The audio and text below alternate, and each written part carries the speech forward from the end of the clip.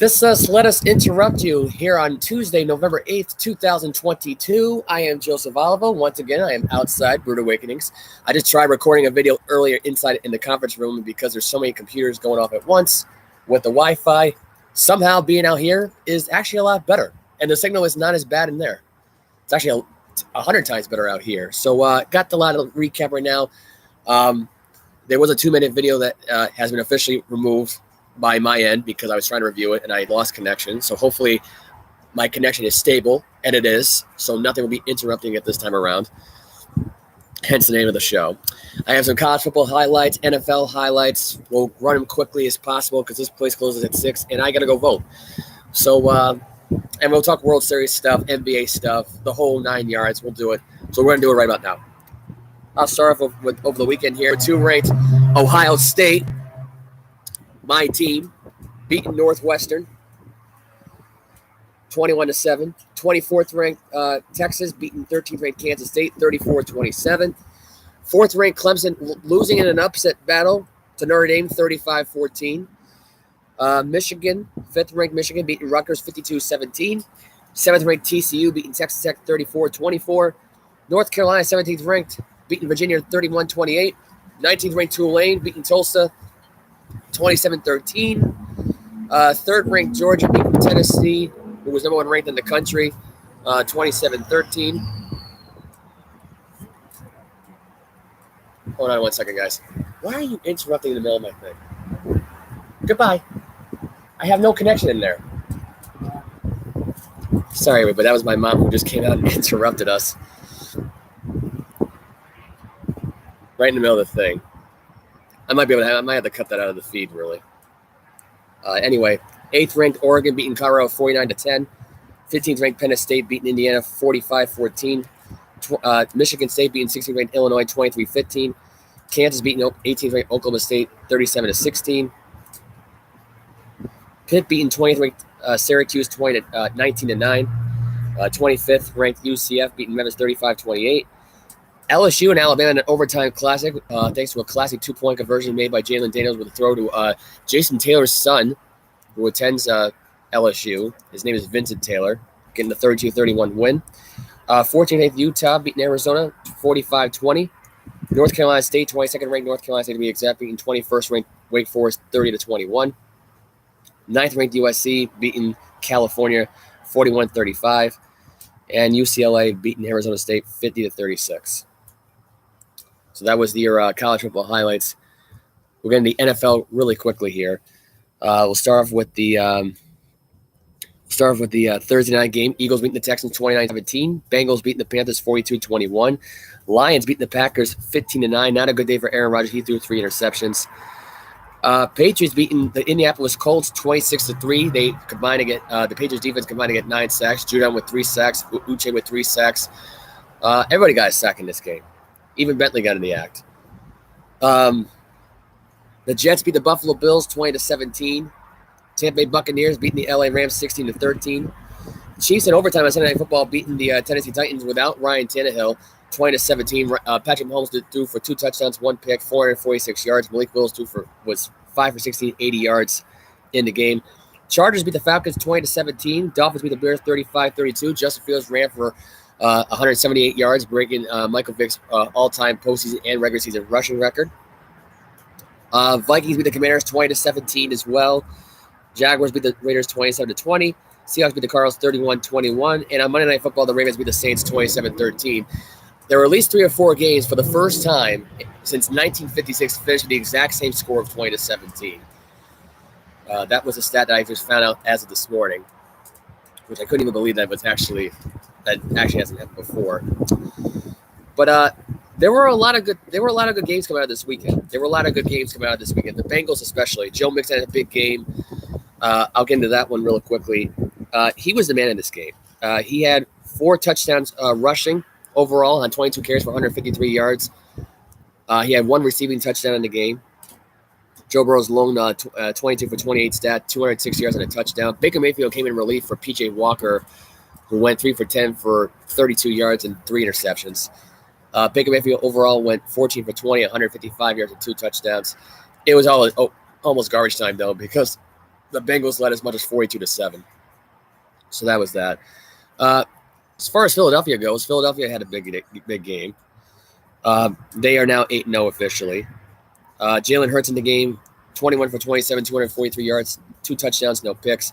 Miles Sanders had 17 carries for 93 yards and a touchdown. Dameon Pierce had 27 carries for 139 yards and no touchdowns in the game overall. Davis Mills had 2 touchdowns, 2 picks on 154 yards throwing. He was 13 for 22 overall in the game. He had 13 yards to Chris Moore. And he had a 2-yard to Tikin Quantanero. So there you go. As far as Rodgers goes, I think his fate has been sealed. I mean, to have a game where you have 1 touchdown, 3 picks, he's 23 for 43. He did throw for 291 yards. He was close to throwing for 300 yards. Granted, but it wasn't that great. It really wasn't. Jared Goff went 14 for 26, 137 yards, 2 touchdowns and a pick. Jamal Williams had 24 carries for 81 yards. Lazard had 4 catches for 87 yards and a touchdown for the Packers. St. Brown had 4 catches for 55 yards for Detroit. Mahomes went off. He had 446 yards, 2 touchdowns and a pick. I mentioned before. They couldn't run to save their lives in this game. Kelsey had 10 catches for 106 yards in the game. Juju Smith had 10 catches for 88 yards in the game. I believe he actually had a touchdown reception in the game as well, if I'm not mistaken. Or no, Hardman got the touchdown reception. I think Mahomes, you know what? Mahomes only threw for 1 touchdown. I'm sorry. He ran for 1, but he threw for 1 as well. So that was a story there. Justin Herbert in the Chargers, they had a pretty good afternoon. 245 yards throwing, 1 touchdown, 1 pick. Marcus Mariota, not so great of an afternoon. 12 for 23, 229 yards, no touchdowns, no picks. Didn't seem to make much of a difference here either way, which is good. Jordan Palmer had 8 catches for 106 yards. Kyle Pitts had 2 catches for 27 yards. Really, the rest of the field here, the Dolphins and Bears, for example, right now, that was a duel. No question about it. It came down to Justin Fields versus Tua Tagovailoa. Tagovailoa, of course, got the win. He had 302 yards, 3 touchdowns, no picks. Fields also had 3 touchdowns, no picks in this game. This was a perfect quarterback duel all the way around. Now, Fields threw the ball more in this game. He had to. Led the team in rushing. I think he's the only one that shows up in these games. I don't know what it is. I feel like Chicago doesn't try hard enough to win these games most of the time or make it look convincing. So, who knows? Vikings beat the Commanders 20-17. This was an ugly game from the word go. It took a Kirk Cousins comeback. They were down 17-7 at one point. It came down to a couple of field goals and Dalvin Cook's 12-yard, one-handed reception. Cousins had 265 yards overall, had 2 touchdowns and a pick. Taylor Heineke threw a key interception that really turned the whole game around. I think it was right after the touchdown that he scored, his second one that he threw in the game. So he threw for 2 of them in the game. He had 149 yards throwing. He had a 49-yard pass to Curtis Samuel on a nice, ridiculous grab. And he had 1 to Dax Millen. And after that, that was it. When he threw that interception, that changed the whole momentum of the game. And now the Vikings are now 7-1. I don't know if I mentioned earlier, but the Jets beat the Bills 20-17 in an upset win. It came with a casualty, though, because Josh Allen may have hurt his throwing arm. He slightly injured his elbow. There's a possibility that he might miss the 2 games starting next week. It could derail their season. It could be a positive. Maybe Josh Allen won't miss any games. We'll find out this week. We'll probably find out as of tomorrow, and I'll probably put on my social media tomorrow, my Facebook or Snapchat or Instagram or whatever the case may be going forward.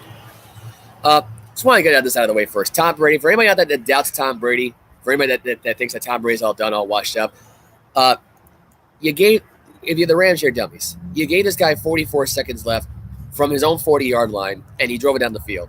And you guys basically played zone the last 45 seconds of the game. I don't know what else to tell you. That's all you really know about this game. Brady went for 36 for 58, 280 yards, a touchdown, no picks. Matthew Stafford went 13 for 27, 165 yards and a touchdown. Matthew Stafford is not that good. I'm just being honest. He's not. If it wasn't for Cooper Kupp, the Rams would have never won the Super Bowl. Period. That's all I'm going to say. And probably those 2 bogus holding calls that they got towards the end of the game. But other than those 3 key factors that got them to win that Super Bowl, that's what happened. In a nutshell. There's no other way of putting it. So, I mean, other than the fact right now they couldn't convert on 4th down, they couldn't do anything on offense, the Buccaneers half the time. They were down 13-9 in this game. And you want to know what happened? A 1-yard pass to Kate Oden in the end zone for a touchdown. It changed everything, and Brady was ecstatic. Quote unquote saying that was effing awesome. And it was effing awesome. So it was great. It was great watching the Buccaneers get that win. I was wrong. I guess you can't bet against Tom Brady still.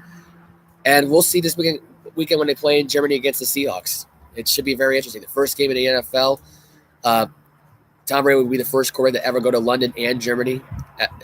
It's never happened to any other quarterback before. It hasn't happened to Joe Montana. It's never happened to Boomer Stein. It's never happened to Steve Young. It's never happened to Brett Favre. I can go on the list right now. But Brady is the only quarterback that can travel to 2 different countries and play football. Actually, 3 different countries, 4 different countries, and play football. So he hasn't played. He's played in Canada, I'm pretty sure. He's played it all. He's played everywhere. Right now, if they really wanted to, they could have a football game in Switzerland. I'm surprised they haven't gone and made a conversation about that yet. Everyone wants to say about how Brady's played in every country. How about Switzerland? Why not add Switzerland in the conversation? Make it 5 countries. Anyway, so that's that. That's the news on all the games from last night. And the Ravens and the Saints last night. This is a historical feat, by the way. That hasn't been done since the 2011 Green Bay Packers. I do apologize that it is a little loud out here, but I'll do the best I can with it.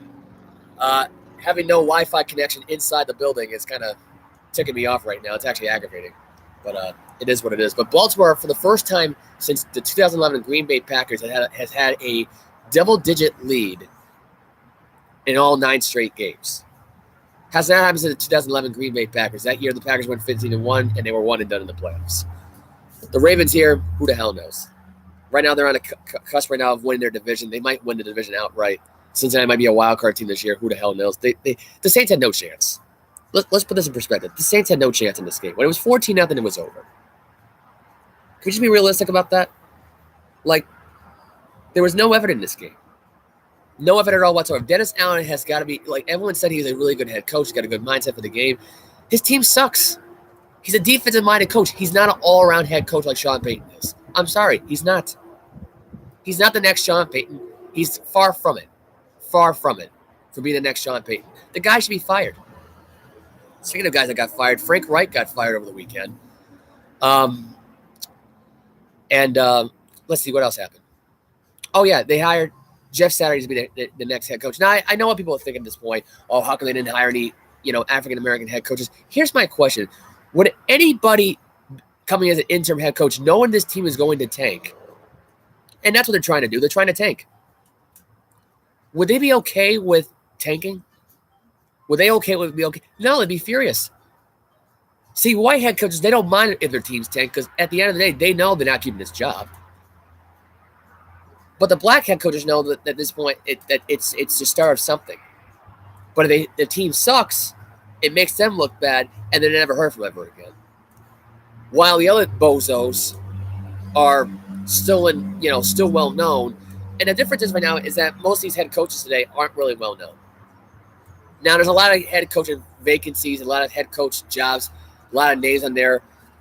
I have a list of it right here, actually. Now that I pointed it out now, because I just had to bring this up because Frank Reich was being fired. He got screwed, Frank Reich. That's another thing I wanted to bring up. You let Matt Ryan take control of the team. You fired your offensive coordinator if you're the Colts, right? He was the main problem in this whole thing, I think, personally. I don't think it was really Frank Reich's fault that the team sucked. I think it was the offensive coordinator. I think it was the fact that Matt Ryan was playing with a bum shoulder and he didn't bother to mention it. But he got screwed out of it. I mean, he definitely got screwed out of it. There was no question about it. Anyway, but I think of this because of the key things that were just brought up the other day. And I would say right now the key factor is that Frank Reich was removed because the Colts needed to tank. I don't think he wanted to tank. He got fired, and there you go. They bring in Jeff Saturday as a motivational thing. The guy's never coached in college. He's never coached in the NFL. And everyone's saying, oh, the black head coach right now should be steamed about this right now. Here's the way I look at it. Why would they want to go coach for a team that is not going to win another game the rest of the season? And going to go with a quarterback who is tanking the rest of the way, who's going to suck the rest of the way? He's not meant to keep this job. Let's be honest. If right now, if Jeff Saturday really wanted to step in there and take over this team right now, he could. He knows his team's not going anywhere this year. This team stinks. They're not that good this year, guys. They're not. Sorry to tell him. Sorry to break the news to people, but they're not that good this year. They're not. And right now, with Eric Bieniemy right now, with his anger management problems right now, and all these retired players right now going on an Iron Athlete show, like guys like LaShawn McCoy and all those right now who, say that Eric Bieniemy's a douche and all that shit like that. Like it's making it harder for and anybody that goes on an I Am the Athlete podcast that will talk some smack about African American head coaches. Why don't you call the players that you used to coach? I don't know. They're sort of calling you out in the podcast. Why don't you go after them?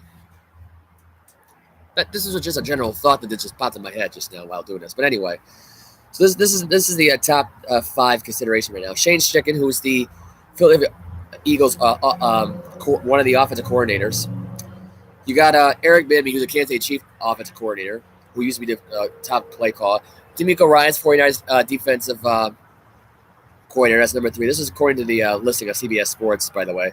Frank Smith, offensive coordinator for the Miami Dolphins. 5th is Ejiro Evero, who's a defensive coordinator for the Broncos. By the way, the Denver Broncos defense is stacked. They've got the best defense in the NFL right now, and this is without Von Miller. Think about that for a minute. This guy should get a job. I hope he does. Aho Evero. 6th is Kellen Moore, Cowboys offensive coordinator. We already know about his history. And Mike Kafla, who was a Giants I think he's a Giants offensive coordinator, I believe he is. So there's your top 7 list right there. That was the 7 head coach vacancies. And if I just named all 7 guys on that list right now, I don't think they'd want to leave their jobs right now of a team who's doing really well right now to go coach a useless Colt team. I'm just being realistic here. So that's my take. I think the NFL African-American head coaches are looking at this right now and saying, I want a fresh season. I don't want to be an interim head coach and then be let go and then not get the job back. If I want the job, I'll wait to the end of the season and then get the job. I don't understand why the woke mob and all this stuff is coming after this whole thing. But anyway, I just thought that was ridiculous. They had a new play caller, too, the Colts did. They have now Parks Frazier, who's expected to call the plays. He's a quarterback coach for the Colts. Expected to call the plays this Sunday versus the Raiders. Josh McDaniels is going to be the one that ends up going. That's all I'm going to say. He's going to be the one that ends up going next. Frank Wright opened up about firing. He said he's disappointed in falling short of the goals, but he says he gave his heart and soul to that job. This was actually, as of right now, on Fox 59. I think that's the Indianapolis news channel. Rangers waiting on Clayton Kershaw. I think this is an MLB news right now. I'm just getting in right now. They're waiting on the patiently to see if Dallas native is considering leaving the Dodgers to go play for the Texas Rangers. So that might be some breaking news that might come in a few minutes. But we won't know the answer to that until December 1st anyway. So if we get it today or December 1st, it won't matter. I'll get into more baseball talk in just a second here. Jerry Jones wants Odell Beckham Jr. He was on the Dallas radio station today saying he looks good and it could look pretty good with a Dallas Cowboy uniform on. Here's a stat for you right now that nobody knew about the Kansas City Chiefs quarterback Patrick Mahomes. When leaning against Mahomes, the Chiefs are 13-9 when they trail in a game. 13-9 in his career. By the way, Mahomes and the Chiefs will take on Justin Herbert and the Chargers on Week 11 now on the Sunday Night Football slot. They've now flexed the game. It was originally Bengals Steelers. Now it's Chiefs Chargers. There you go. They needed to make that change. That was the right call. That was the right call. Buda Baker report came out on Bleacher Report that he'll miss 2 to 3 weeks with a high ankle sprain. A lot of high ankle sprains going around this year. That was according to Bleacher Report. Brett Favre has some support, but backed up by the drug company overstated benefits to the investigation that Brett Favre was under right now. Mike McCarthy talks about his Lambeau return because the Cowboys play the Packers this Sunday in Lambeau Field. Mike McCarthy's first time in Lambeau Field since he left in 2018 when he was let go from the job. That's really about it there. Let's see. Is there any more NFL news? That's really about it. Oh, yeah, Juju Smith is making an additional $500,000 hitting his 2 incentive marks in the win against the Tennessee Titans right now. This is what the report had said. This is by Brian Diardro. Juju Smith-Schuster achieved a triple crown of sorts during Sunday night's game between the Chiefs and the Titans. Smith reached 2 of his contractual incentives by equaling $250,000 in the additional salary. He did so while playing an integral role in Kansas City's overtime win over the Tennessee Titans that helped the Chiefs maintain their 6-2 atop of the AFC West standings. The specific incentives, well, he had a 40-yard catch, 40 catches, and 100 receiving yards. Buries the this is according to ESPN's Field Yates. The former Steeler Pro Bowler wideout achieved both those marks after catching 10 of 12 targets for 88 yards in Kansas City's 20-17 victory. So he's already got 500 yards receiving, and he's already got 40 catches this season. I actually didn't even know he had that much. I really honestly had no idea he had that much. Tom Brady became the first player in NFL history so far to get 100,000 yards passing in regular and postseason. Josh Allen went on Bleacher Report the other day with getting post-game press conference. Said it was tough to win when the quarterback plays like shit. That's what he said, close quote. That's really about it. Not really much else to talk about here on the show. Getting some hockey news. Avalanche television analyst Pete McNabb passed away at age 70. And the Bruins signed I think it was Mitchell Miller, I think his name was at this point, a 4th rounder out of who was drafted to the Phoenix Coyotes back in 2020, had some off-the-field issues. Basically bullied a disabled African-American who was 14 years. It was back when he was 14 years old. And apparently the Bruins didn't know about it until recently. Guy's a scumbag dude. Never apologized for it, although he tried to apologize on Instagram, which was a very classy move on his part. You did notice here it is getting very dark out here. I do again apologize once again for all the interruptions I've gotten today. Wi-Fi, anything else. But I will say this though about the incident. I don't know why the NHL has to feel like in their minds that they had to release people based on their history that happened 8 to 10 years ago. Now, I would understand if it happened recently in the NHL eyes or happened in the USHL wise thing. Let me just bring that out of the way for a minute.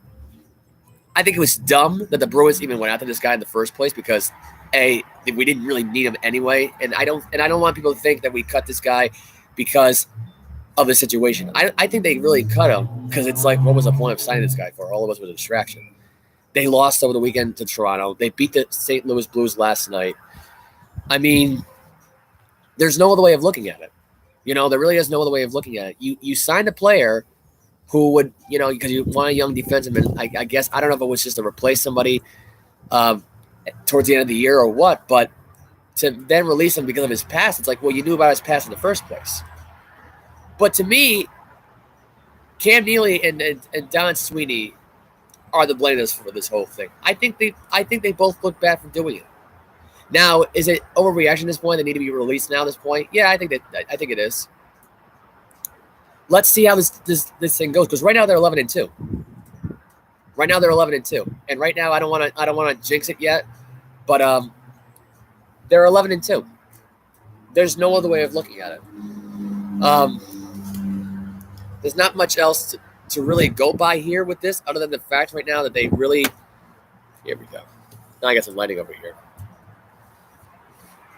There we go. Other than that, there's really not much else to tell. I mean, what you see is what you get with this whole situation. I think the Bruins knew about this whole situation from the get-go right now, or at least somebody knew. I think at the end of the day, I think Cam Neely knew about it and Don Sweeney didn't. So it makes the GM look bad, because I think deep down they want Don Sweeney to be gone. I think that Bruin organization wanted one of the presidents there wanted to be gone, and they couldn't get rid of him. So I don't know. To me, that seems to be the issue in this whole thing. I don't know what else has gone on besides this. Other than that situation, I mean, I'm not sure if there's anything you can do about the situation. Again, I mean, it has to be brought up. I mean, the fact of the matter is that you signed a player for no reason. Really, you didn't even need him. It turned into this big controversial situation, and it didn't have to be that way. So, what was the point? What was the point of all this? Anyway, I just thought that had to be said here now going forward. Celtics over the weekend got a good weekend. They had a victory over the Knicks on Saturday. I believe they played last night, if I'm not mistaken here. Let me go down to NBA scores from last night. I will give you all the scores from last night and the games that are on tonight in just a moment here. I'm waiting on the Wi-Fi to get loading up right now at this point. Unfortunately, I don't have I would have the notes on my phone right now, but it's taking forever right now for the Wi-Fi to load up in here. This is the thing with the Wi-Fi here. The Wi-Fi here is not blow away great, right? By the way, there are no games on tonight because we have the vote tonight. So the polls probably close at 8. So whether you vote for it, great. I don't really care. I'm not really big on the politics stuff. But the Celtics did get a win last night. They beat the Memphis Grizzlies 109-106. Mavericks beat the Brooklyn Nets 96-94. The Bulls beat the Raptors last night 111-97. Pistons beat the Oklahoma City Thunder 112-103. The Knicks beat the Timberwolves 120-107. Timberwolves have now lost 4 of the last 5. Nuggets beat the Spurs 115-109. The Cavaliers' winning streak comes to an end as they beat the Clippers. As they lose to the Clippers, I should say 119-117. Golden State Warriors and their losing streak, they beat the Sacramento Kings 116-113. Let's take a look here. Jazz beat the Lakers 139-116. LeBron, by the way, losing against his former team, the Cleveland Cavaliers, the other night 114-100. Trailblazers and Damian Lillard's return beat the Miami Heat in Miami 110-107. So that is the story there. The Sixers, by the way, beat the Suns 100-88, and the Hawks beat the Bucks 117-98. They're no longer undefeated. There you go.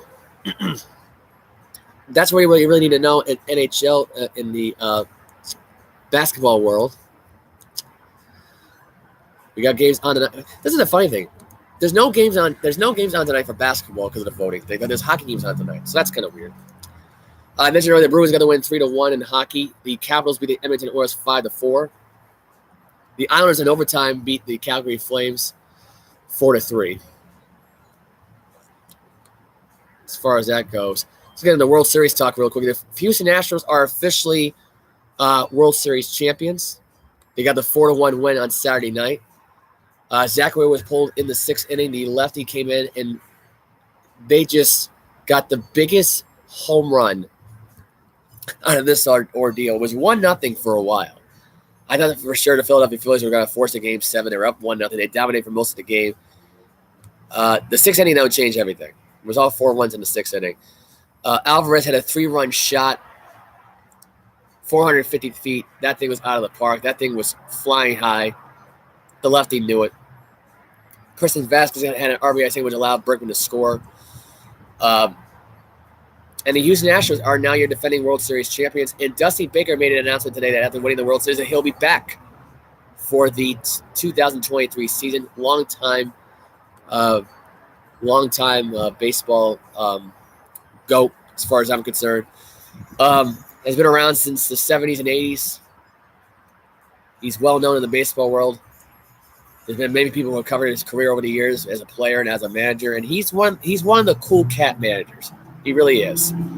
I think this is a good thing for the Astros at this point. I think Dusty Baker was a really great manager.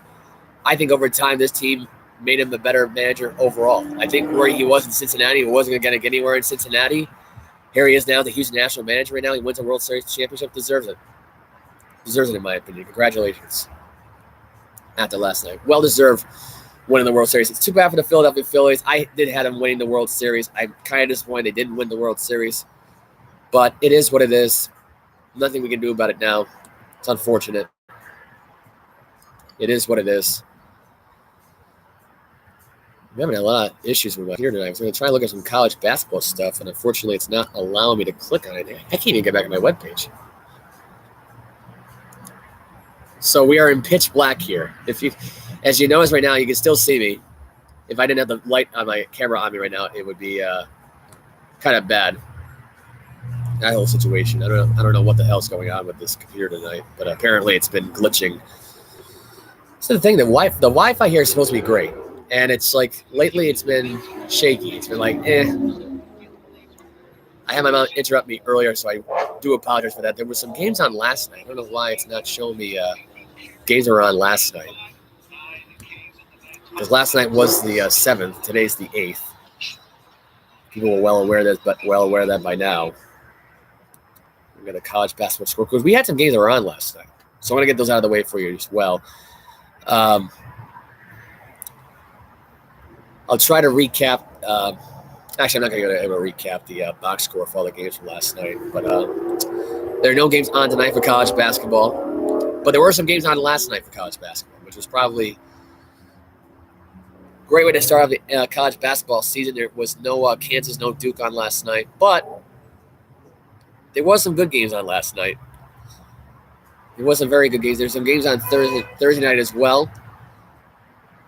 Kansas will be playing their first game without Bill Self head coach. 13th ranked Indiana playing BCU. I don't think it's Boston College. I think it's Bethune Cookman University. Creighton playing North Dakota. And 12th ranked Texas playing HCU. North Carolina defending runner-up champions as they lost to Kansas, the defending champions who didn't play the other night. Beat North Carolina Wilmington 69-56. White had 19 points. RJ Davis had 17 for North Carolina. Gonzaga beat North Florida 104-63. They're number 2 ranked in the country.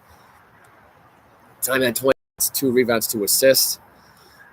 Kentucky beating Howard 95-63. Wallace had 15 points. Dickerson had 17 points for Howard. Duke beating Jacksonville 71-44. First coach game without Coach K, and it went pretty well. Roach had 16 points. Dickinson had 22 points in the Michigan win over Purdue, Fort Wayne 75-56. Texas Tech beat Northwestern State 73-49. Third-ranked Houston beating Northern Colorado 83-36. Fifth-ranked Baylor beating Mississippi Valley State 117-53. Fifth-ranked Kansas beating Omaha 89-64. UCLA beating Sacramento State 76-50. Creighton beating St. Thomas, Minnesota 72-60. Arkansas beating North Dakota State 76-58. Tennessee beating Tennessee Tech 75-43. 12th ranked Texas 72-57. 13th ranked Indiana 88-53. 14th ranked TCU beating Arkansas Pine Bluff barely at the gun 73-72. Auburn beating George Mason 70-52. Villanova beating LaSalle 81-68. Arizona beating Nicholas 117-75. Virginia, 18th ranked Virginia beating North Carolina Central 73-61. 19th ranked San Diego State beating Cal State Fulton 80-57. 20th ranked Alabama beating Longwood 75-54. Oregon beating Florida A&M 80-45.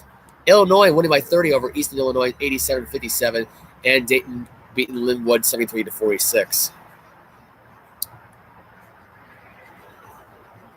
So that is that. That is your box score from all the games that were on last night. Not really much else to talk about here. I really gave you all the stories I needed to give you. I will be back here on Saturday. Hopefully it's not this late. I do apologize again for getting here late. I had a 10-hour shift today at Electric Boat. Worked at 5 to 3:30 today. Was trying to get here as quickly as possible. Was trying to do a show actually in there. And it just didn't end up working out in the conference room. So going forward, these shows will be outside of Brood Awakenings because their Wi-Fi connection is outstanding. It's probably one of the strongest connections I ever got out here. So I've had no interruptions out here. I do again apologize for my mom, who's been interrupting these shows a lot. She was she actually was on her day off wanting to buy her some protein balls, so good for her. The protein balls inside. Shout out to Brood Awakenings, by the way, for the protein balls. They are amazing.